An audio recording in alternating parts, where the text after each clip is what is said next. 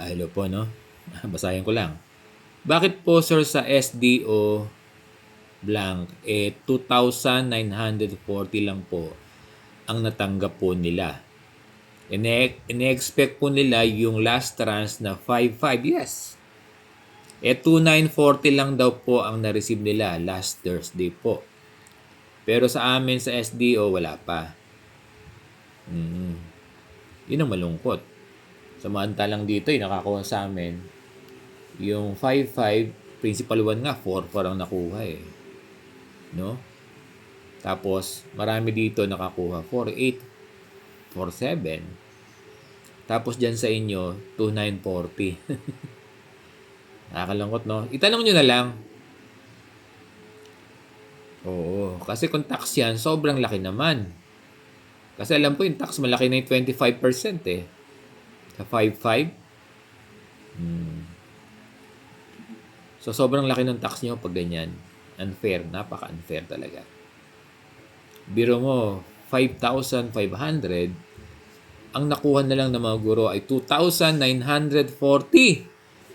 O, no? Kakalungkot naman. Oo nga eh, no? Hindi natin alam kung paano pinumpit yung tax nyo eh. Kasi, yung budget na yan ay 2026, ano? Oo, pero sabi, kung hindi raw kayo nakaltasan eh, nung 2025 ng mga tax, ang gulo, no? Ikakaltas daw ngayon. O, yun ang hindi natin alam, ano? Magulo talaga. Ako din, naguguluhan eh. Bakit kami rito, principal 1 nga, 4,4. Mas malaki ang tax nun, tas kayo dyan, teacher 1, 2,940, no? Hindi natin alam eh. Bakit ganyan eh? Kung may tax man yan, halos ang tinak sa inyo, ano? Kano?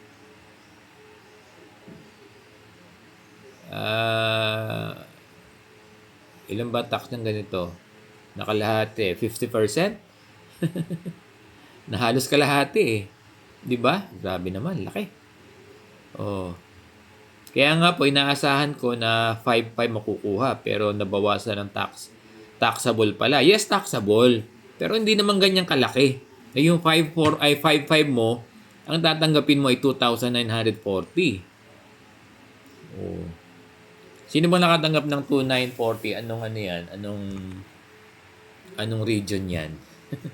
Yan, 2,940. Sakto. Ayun. Previous po, SRI namin, may tax po. Pero nasa 300 lang yung teacher 3. Okay naman pala. Yung MT1 po ay 500. Ewan ko, baka. Di ko alam. Ano, ba't ganyan? Sa second tranche, bakit ganyan, ano? Dapat, pareho lang. Kung ano yung tax nung una, ganun din dapat. So, siguro ang maganda rito, tanongin nyo na lang doon sa personnel nyo, sa finance nyo dyan sa division office, no?